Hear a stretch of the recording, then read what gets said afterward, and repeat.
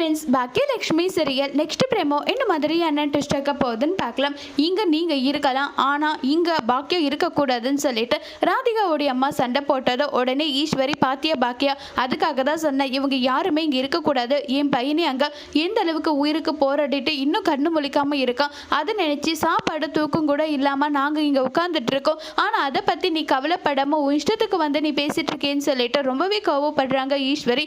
உடனே பாக்கியா, அத்தை இது பேச வேண்டிய நேரம் கிடையாது, கொஞ்சம் பொறுமையா இருங்கன்னு சொன்னதோ முதல்ல அவளை பொறுமையா இருக்க சொல்லு. அவளுக்கு எவ்வளவு தைரியம் இருந்தா உன்னை வரக்கூடாதுன்னு சொல்ல அவ யாரு? இது ஹாஸ்பிட்டல், எத்தனை பேருனாலும் வரலாம் போகலாம், அதை சொல்ல நீ யாருன்னு சொல்லி கோபப்படுறாங்க. உடனே ராதிகா, இங்க பாருமா, அமைதியா இருக்கிறதாண்டா இரு, இல்லைன்னா இப்பவே இங்க இருந்து கிளம்பி போயிடு, தயவு செஞ்சு நீங்க வராதுன்னு சொல்றாங்க.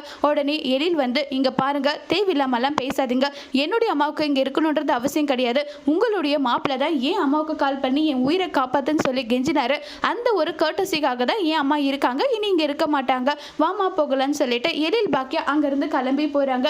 உடனே ராதிகா, என் அம்மா பேசினதுக்கு உங்ககிட்ட நான் மன்னிப்பு கேட்டுக்கிறேன், என்னுடைய கடமை எதுவோ அதை நான் செஞ்சுட்டேன், ரோட்ல ஒருத்தர் மயக்கம் போட்டு விழுந்திருந்தா காப்பாற்றணும்ல, அந்த மாதிரி தான் நான் காப்பாத்தினேன், நான் கிளம்புறேன்னு சொல்லிட்டு பாக்கியா அங்கிருந்து கிளம்பி போறாங்க. அதோட இந்த பிரேமவை முடிச்சிருக்காங்க. இனி வர போற எபிசோட்ல என்ன மாதிரியான ட்விஸ்ட் ஆக்க போது வெயிட் பண்ணி பார்க்கலாம். தேங்க்யூ.